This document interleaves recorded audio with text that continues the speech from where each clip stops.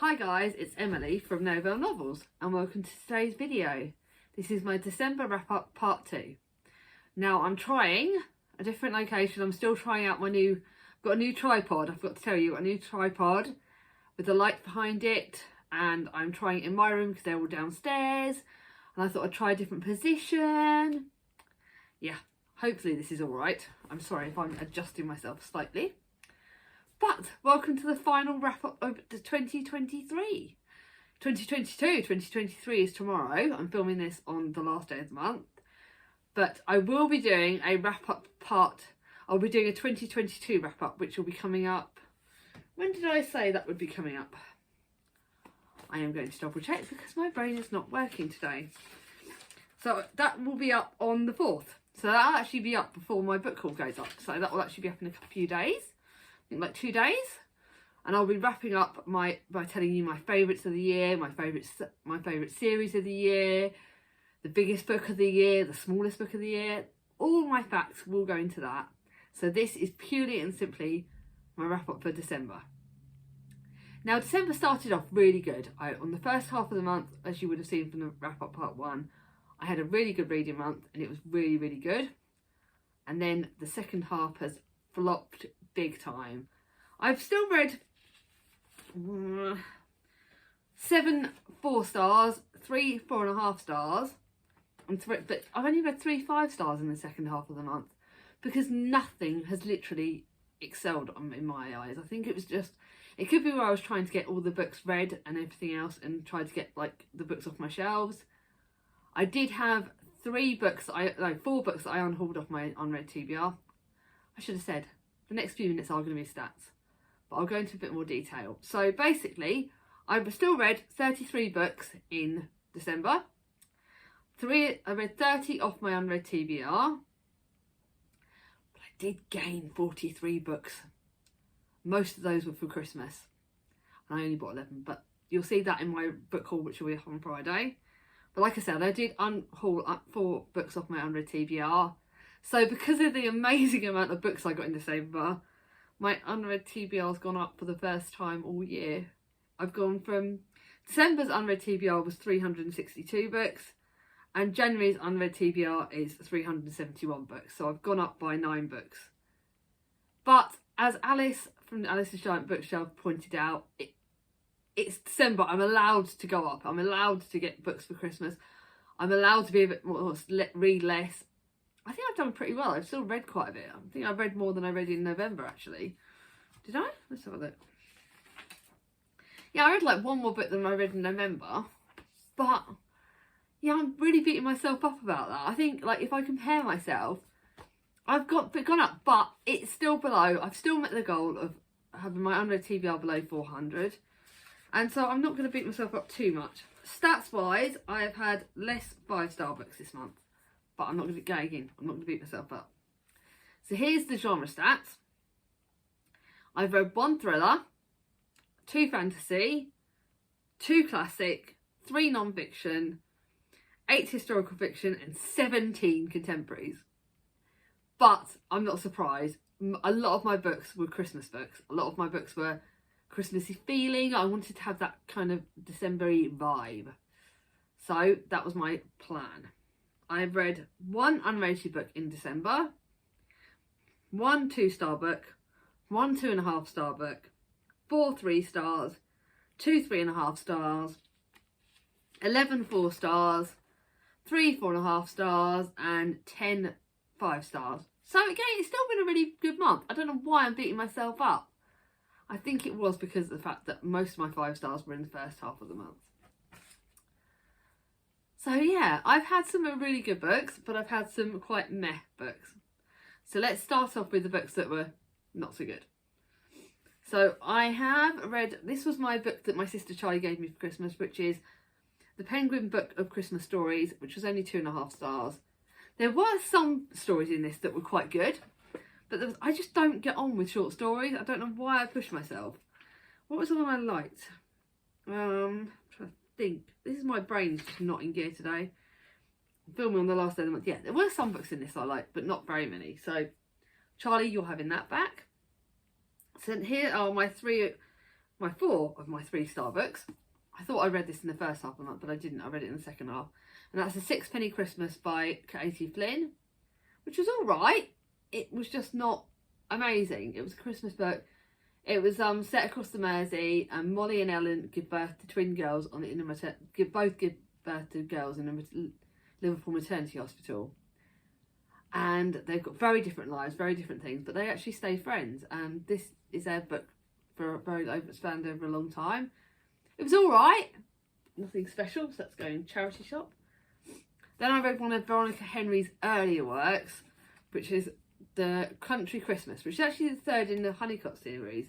And I read the 3rd one, and I've read the 1st one. But this is going on so much about cheating, and it feels like it's kind of glamorising it quite a bit, which I didn't like. And this is the most wonderful time of year, they say, little Cotswold village of Honeycomb. And I like the location. Then you've got Lucy Lydiot, who's like, she plans the festive lunch and she's got everything going. Then she's got a husband, which is a complete dick, to be honest. Mickey, he's a complete flirt, and it's obvious he's had like millions of affairs. And it's just secrets and lies, and I just didn't like it. I don't like the cheating trope, and I do not like Veronica Henry's earlier works. And it's really kind of peed me off quite a bit, that one did. Then I read Bleak House in 1 month, and I've been speaking to my booktube Waffle Girls, and I didn't connect with this. There were not many characters in this that I connected with. I skim read it, I think. I don't think I really took it in. So it is going to go back up on my shelves, and it is going to be one I'm going to reread when because I think I need to read it I was reading like 50 pages a day, and I don't think that's enough. I think you need to read it in a big chunk. So today, on the day of filming this, I'm going to start Nicholas Nickleby a day early, and I'm going to try and read a big chunk of that this afternoon and try and see if reading it in chunks is better, because I don't know how much of this I took in. There are 2 narrators. There is one unnamed narrator, and then there's Esther Summerson, who I loved Esther Summerson, and there is some really sweet characters that go with her. And I did love her character, and I did love her storyline. But as to how much of the rest of it I really absorbed, I don't know, and I feel really regretting that. So that one is a keepie. But I need to kind of take more in. I hope I get on better with Charles Dickens' other books, really, because that was just very meh. Then I finished another book, which is 3.5 stars, and this was actually really quite good. Oh, I've just realised one of my 3 stars is in a different position. Oh, sorry. Okay, that was supposed to be in the 3 stars. And that is My True Love Gave to Me and that was a series of authors. And again, it's a short story collection. And some of these short stories were good. I can genuinely actually say that these were actually better than the other ones. Because I loved Angels in the Snow. The Lady and the Fox, oh my God, by Kelly Link was amazing. Midnights was okay. Krampus Lauf by Holly Black, that was quite good. It kind of makes me want to read Holly Black's book. The Girl Who Wrote the Dreamer by Laini Taylor. Again, that was quite intriguing. But there was some more that I just thought were quite meh. It's Yuletide Miracle Charlie Brown by Stephanie Perkins. Again, that was alright. So some of them were alright, but again, this is very YA, and this is a selection that's perfect for YA people, so charity shop. Now to my 2 of my 3.5 star books. One of them I kind of didn't expect much out of, but I got more than I expected. And that's Cupcakes at Carringtons. It was one of my last books I read, and I actually quite liked it because of the cupcake theory, and I thought it'd be more set in a bakery, but it wasn't. But it's about Georgie Hart, who loves a job running a luxury handbag concession at Carrington's department store. There's actually a little mystery element in it, which is kind of what gave it the 3.5 stars, because there's a little bit of skullduggery and stuff going on. And George is thrown into disarray when Carrington's is plunged into a recession-busting makeover. And then you've got the femme fatale, Maxine, who's a complete bitch, basically. And then you've got 2 different guys that are after her, James and hot newcomer Tom. And that's quite fun. The romance, you couldn't have predicted who she ends up with. I really didn't, actually, until the end. And the romance is good in this, and the friendships are good. It reminds me of when I worked at Bentl's donkeys years ago, and the sort of department store dynamics and stuff. So that was quite interesting. So it was alright. 3.5 stars, good. Then the next book was one that was new release this year. Millie Johnson's writing is amazing. I'm not denying that the writing is good. But again, this has the cheating trope, and I am not a fan of the cheating trope. It also has the dementia, bit going through it, and her father. So her mum's got dementia at the start of this. You well and truly know this, and Shay is looking after her mother. And she's got her 2 children, who are both going through their own sort of problems. I will say there are triggers in this, and I don't really want to give them away now before in this video, because it would give away a lot of the storyline. But if you do want to read it and you do want to know the triggers before you go into it, please let me know, because there are some very hard-hitting triggers in this, and I found them very, very tough. I don't know if I would have wanted to know that before going in, but if you do, let me know.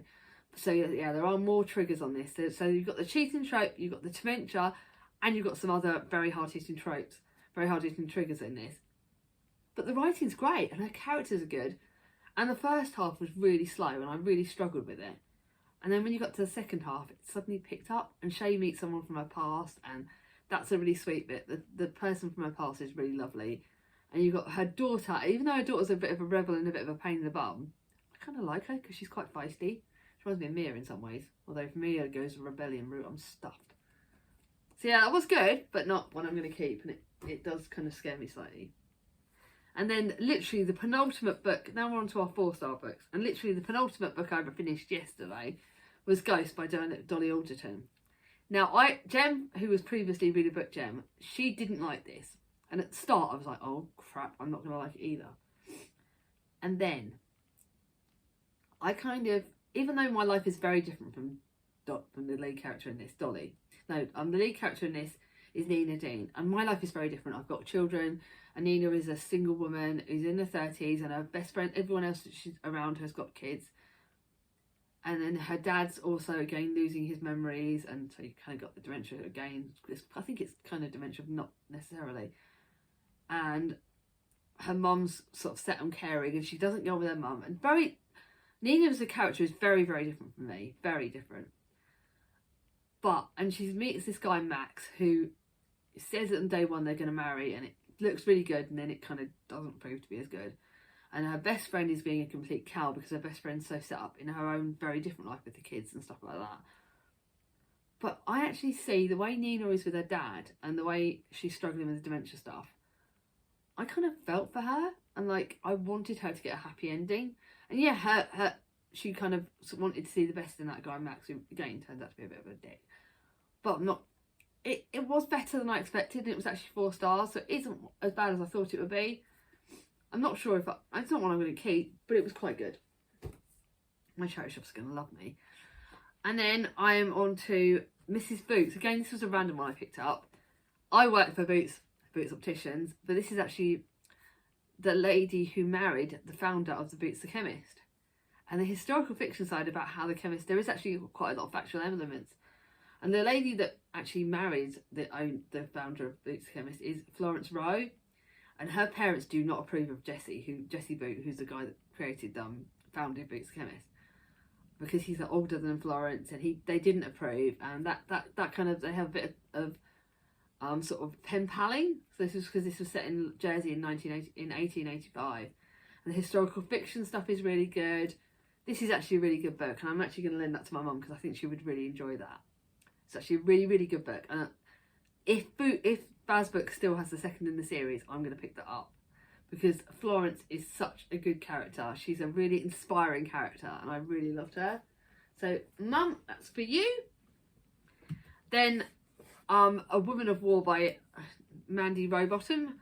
Again, this is one of her newer books, and I really thought this was amazing. It is very hard hitting. Basically, Anka Hoff is an assigned midwife. She's trained as a midwife. And at the start of this, she's living in Auschwitz, and she's being a midwife to the people. And there are some real oh my god moments. I think very early on you find out what happened to babies that were born in Auschwitz and that were born to Jewish mothers, and I can safely say they do not get happy endings. It's very triggering. Again, let me know if you want to know the trigger on this, but very, very hard hitting. And this is kind of it's fictional, I believe. Kind of fictional, kind of non-fictional. And Anka is swept into the fact she becomes midwife to Eva Braun, who is the wife/mistress of Hitler. And you see Hitler in this. And no matter what you say about Hitler, he was the biggest bastard going. And yeah, So when she gets sort of swept off into living with Eva Braun and becoming her midwife, and it's very interesting. And because that, I don't think Eva did have a child, so I think that's quite fictional. But there are some actual factual characters in this. So, but again, it's very hard hitting and not one I would recommend if you want to literally survive. And then looking at this one, I rated this 4 stars, but now looking back, I think it was more like 3.5. And this is very YA. It was my TBR jar pick. This is when 15-year-old Nathan discovers his older brother Al had taken his own life. His whole world is torn apart. Al was special, Al was talented. Al had so many dreams, so why did he do it? I tried to rate it as if I was a YA, as if I was this age genre. But if it was me rating it for where I am now, it would be like 3 stars. And Nathan meets Megan, who's Al's former classmate, and they try and find out what happened. But this is very triggering for mental health, very triggering for suicide, and a lot of other triggers. Good book, but I'm really scared by my YA now. Then to a Christmas book that I pulled off my shelf. And this was Moonlight over Manhattan, which is part of the Manhattan series apparently, which I didn't realise. But this is a really cosy Christmas book. It's a cosy 4-star Christmas book, I think. Yes, because I'm not quite on my 4.5 stars. Yes, and this is basically about. I love this book. I really did enjoy this. This was one of Sarah Morgan's better books.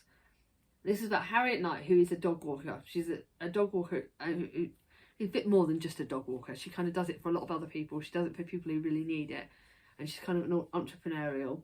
And she's got a twin sister, and who mainly does all the outgoing stuff because Harriet's very, very shy. She's got a stammer, which she's trying to deal with and stuff, and it's really good. And then she meets the gruff doctor Ethan Black, and there is chemistry, but it does tackle anxiety, and it tackles a lot of other things in it quite well, and it's really good. I really liked Ethan. I thought he sounded quite sexy and good looking, and it's about doctors and how they kind of have to deal with emotions as well. But it's a really good book. It's quite a good cozy Christmas book. Not one I'm going to keep. And then again, one of the last books I read, and this is Our Story by the Reginald Craze. So this is about the Craze, and this is their story. And I found a lot more in this than I knew, because I'm quite fascinated by the Craze. They were obviously 60s, 70s, and they were sort of their area of their sort of territory was near where my mum's family were, and so apparently one of my mum's relatives actually knew the Craze. And this is their story, and I found it quite fascinating. And I really think the police had something against them, because as much as they were criminals, 101% criminals, and Ronnie was definitely, he had psychosomatic, he was quite mad, and he was definitely better in more. But these days it would have been treated a lot better with medication. And Reg was definitely not as sort of psychotic almost. But if you think about what we consider criminal nowadays, yes, they beat people up. Yes, there was a lot of gangster violence, but they wouldn't hurt women. They wouldn't hurt children. They had very strong morals on that side, and they only beat people up on their own. And the 2 guys they actually killed were actual real baddies, like really baddies. Like they were like killers, and they were proper psychopaths they killed. So why those 2 got more time in prison than rapists and murderers that killed other people? There's a fact in this about the fact that they got more years in prison than some other serial killers, and they only killed 1 person each, and they got more time in prison, each of them, than people that actually did worse crimes. And I struggle with that, and I think they should have been released, and I'm very, very opinionated on that, but that's my personal opinion anyway. But yeah, this was fascinating. I wonder if Mum will want to read it, but it's one I think I'll keep because I'd like to read it again. Because it's Reg and Ron's stories. It was their true story. We both know they died in prison. We know they both died in prison, one after the other. And it's actually quite a sad story, actually. But yeah. And then I read Black Bumble Boy, which apparently Charlie wants to borrow, so I will lend this to Charlie. Jem from Gemma Books recommended this, but God, this is seriously hard-hitting. I really wish I would have known. Again, there are very big triggers in this, so if you want to read this, let me know. But it starts off in Aden in 1935, a city vibrant and full of hidden dangers, and home to Jammer, a 10-year-old market boy, a street child scavenging. And it's his story, but there are some real triggers. The writing is incredible. It's 4 stars. The writing is absolutely incredible, but there are so many triggers It's so hard hitting, and I really would like to warn you that you have to be very careful going into that. Now to my 4.5-star books. Yeah, my 4.5 star books. This was a book that is an ad PR product by Tandem, and this was an Unwanted Inheritance by Imogen Clark. And this is basically about the fact that 3 siblings, they find a suitcase full of money when their dad dies. And it's their different journeys. Very, very different. Very, very what money does to siblings, what money does to relationships. Very different children. All 3 of the adults, the child of the parent that had the money. Ellie, Max and Nathan are very, very different. My favourite was 100% Max and Max's wife Caroline. And they're very morals. They're full of morals. They're full of what should be done with the money, and their kind of images. And then Ellie, who's got appears to have this rich life and loads of money and everything else. Her husband is quite, early on you find out he's quite a bit of a dick, really. And her husband James, and they have this expensive lifestyle, and you kind of think, oh yeah, they've got it all. And yeah, images are very, first appearance is not always correct. And then you've got Nathan, who's the youngest, who's a real rebel, got very much a life of their own. The older 2 siblings are very close and very thingies, and it's about money and how you put your parent up on the pedestal, and it's a very good book. I actually think I would like Mum to read that, actually. Yeah, Mum could read that. Mum would like that. And then to 7 Days of Us, and I'm going to give this to Mum, but it's actually got a little note in it. And this was bought the last Christmas, not knowing that COVID-19 was on its way, and the person who's bought this originally read it during the first weeks of COVID. And this is basically about 7 Days of Us, and how for 7 days this family is isolating together because at the very start of this, one of the eldest daughter is returning from treating an epidemic abroad and must go into quarantine for 7 days. And that's because, and they decide that they're going to quarantine together for 7 days, and how their father's not sure about this, and the youngest sister completely disagrees with it. It's about 7 days of family, and it does bring back a lot of memories of COVID and a lot of potential triggers to what it's like back then. But it's interesting. It really got me thinking about COVID and how it was a bit close, but very good book, very, very good book. And then the last 4.5 star book is Midnight in the Snow by Karen Swan, and this was 100% one of Karen Swan's better books. And this is about an award-winning director, Clover Phillips, who's riding home and she encounters Kit Foley, a surfer and snowboarder who's well known for his controversy. And there are some real triggers in this as well. And this guy is completely someone that she should hate, and at the start they hate each other. And they discover that, and then when Clover discovers a lot more about Kit, she discovers there's a lot more to it than the first views. And it was quite a good Christmas book. Really enjoyed that. So I only have 3 5-star books that I'm going to talk about. One of them was a reread, one of them was the last book I read, and one of them was booked by a favourite author, but it's the last in the series. So the first 5-star is The Christmas Celebration by Heidi Swain, which is Heidi Swain's most recent book. It was out. I think it's the most recent book in the Winthorpe whole series, and this is very good. And it's got a very lovely lead character page, and she turns up to stay with her godfather, who is Angus, who is basically the guy that runs Winthorpe Hall, and he's a very long-standing character within the series. And you meet a lot of other characters from the series, but mainly this book is about Paige and this older protagonist, Albert, who there is definitely more to than meets the eye, and it's really good. And she really brings out the best in Albert, and she discovers stuff about him, and it's lovely.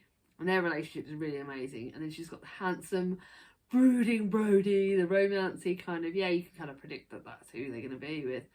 But they've all got secrets, and they've all got stuff to hide, and their friendships and how they all connect together is amazing. It's still 5 stars all the way, and it's one of Heidi Swain's best books in my opinion. But I still don't think it's my favourite of hers, but I will tell you that at some point. Then obviously a 5-star book was going to be Paige Toon, and that's One Perfect Christmas and Other Short Stories. It's the one short story collection that I read that I loved, and it's one I'm going to read every Christmas because it's got short stories that follow on from all the loads of her other books. So of course I'm going to love it. There's a sequel to The Longest Holiday, a sequel to The 13 Weddings, an extra chapter in Last Piece of My Heart, extra chapter from The One We Fell in Love With, pictures of Lily Meets One Perfect Christmas, sequel to Chasing Daisy, an extra bit about Johnny, you know, Johnny Jefferson, who's my favourite character, and then a sequel to One Perfect Summer. Love this, but you've got to read it once you've read all those other books. 5 stars all the way. And then lastly, to my book that was my favourite of the second half of the month, my last book of the month, and that was Tamarind and the Star of Ishtar. I finished it late last night. It's fantasy, it's amazing, and it's got a very small amount of fantasy, but it's mainly about Tamarind, who didn't know her Indian mother and who died shortly after she was born. So when she visits her ancestral home, a huge house in the Himalayas, surrounded by wild gardens, she's full of questions. But instead of answers, there are forbidding silence. And then she unravels the mystery to find out more about her mother. And there's magic. And there's family. And it's gorgeous and it's amazing. It's just one of the best books. It's just absolutely incredible. It's a really great middle grade book. And it's one that I'm really glad I finished the month and the year on. My favourite book that was in the first half of the year was definitely The Paper Palace. And that I will safely tell you already that The Paper Palace is going in my favourites for the year so far. So, what books were your favourites in December? Are there any books from December that you're actually following through to your year's best books? Let me know down below. And again, thank you all so much for an amazing 2022. 2022 on a personal note was shit. There was a lot of family dramas. I will talk about that more, like I said, in my wrap up. But the BookTube, like I said, I'm still celebrating that I met my biggest goal, which was I got my 1k subscribers, and I want to thank you all so much. And I hope you all are celebrating the start of 2023 and that 2023 is an amazing year for all of us. Take care, everyone. Bye bye.